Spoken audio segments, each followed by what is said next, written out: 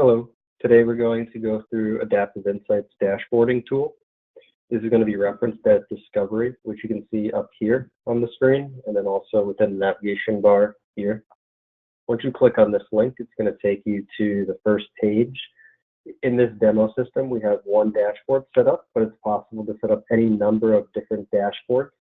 In this case, we have Association, which is going to look at a holistic view of the entire organization.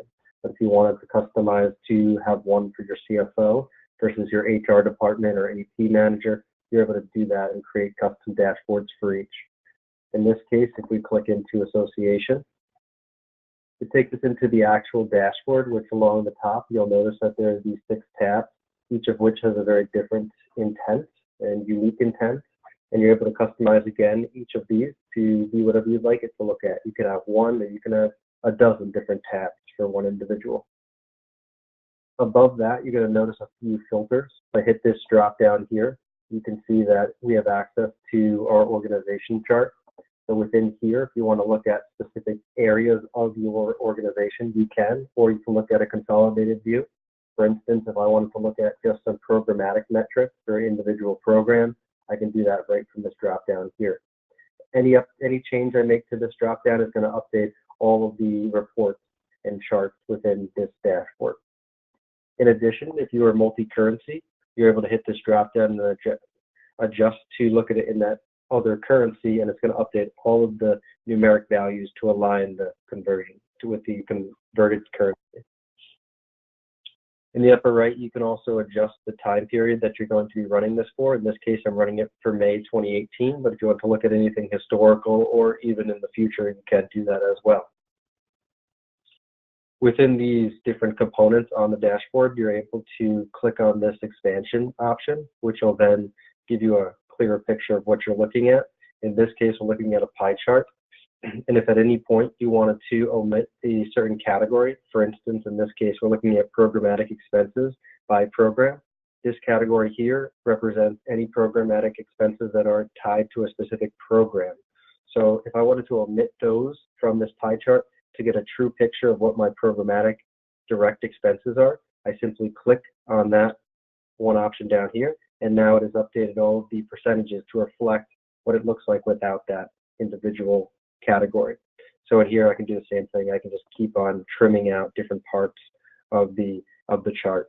And if I want to hover over one of these, I can see the dollar value right here, so that I can see it both as a percentage and that healthcare is making up just over $250,000 in expenses. I can also adjust the period I'm looking at if I want to look at it as a year, quarter, or month, and then down here I can change what that period is. And if at any point I made a change and I want to revert back, I can simply close this, and then it's going to take me back to my original chart. If we go to another one of these sub-dashboards, you'll see a few different examples of other charts. If I click into one of these, in this case, membership revenue, I can click on any part of this chart, and it's going to give me a drop down here with a few options. I can explore the data to drill into the underlying data feeding into the chart, or I can click on different dimensions that I have. So in this case, it's going to take my membership revenue, and it's going to show me what level makes up that specific part of the chart. And I can keep clicking down to see the different areas within that chart. Continue that expansion as deep into the data that I'd like to go. And of course, if I hit back, it takes me back to this chart. Keep in mind that everything we're looking at here is pulling from other data within Adaptive. You're able to bring in both financial and non-financial data into the system.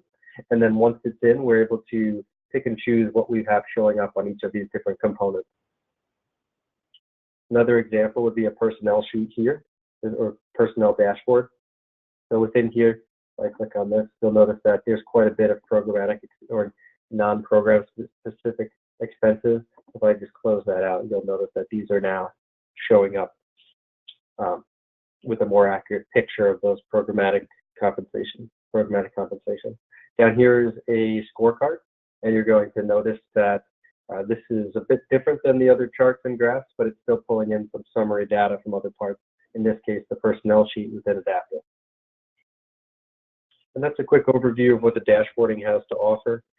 This is live data coming straight in from other parts of the system, as mentioned before. If you're integrating in your accounting system or potentially another